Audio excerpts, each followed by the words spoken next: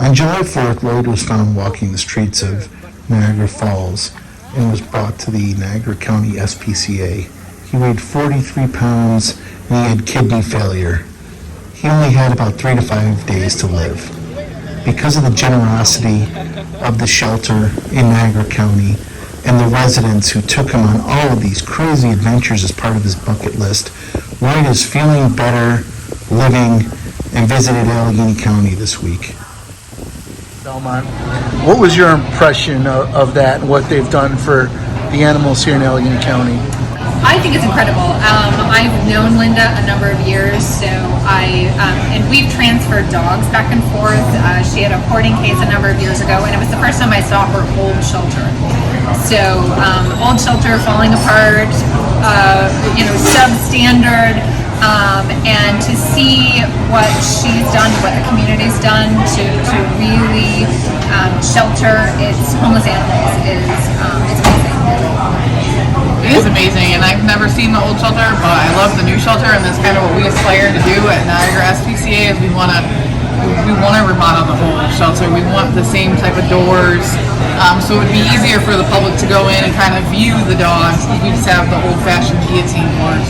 I think it's a beautiful county. I love that kind of country feel. Everything is so lush, and everyone has been incredibly welcoming. We were really surprised when we rolled up through the driveway and there were balloons and welcome Lloyd signs, and then he had an entire group of people waiting for him, and some had traveled from Ottawa County. And he made it a point to stay and wait. He's like, no, I'm going to slowly slurp my water. Somebody was traveling like 20 minutes to a half hour away just to see him, but she made it. From Cornelia. I thought it was pretty great, especially we went to a country club and Lloyd loved my driving in the golf cart because the wind was in his face and I'm pretty good at it. One of the hardest things to do is to get the donations and get the animals adopted out and get the care they need, and it's so taxing on the workers and the volunteers at these shelters. So that being said, what has Lloyd's story done to help with the positive publicity for not only your SPCA, but SPCAs all over Western New York?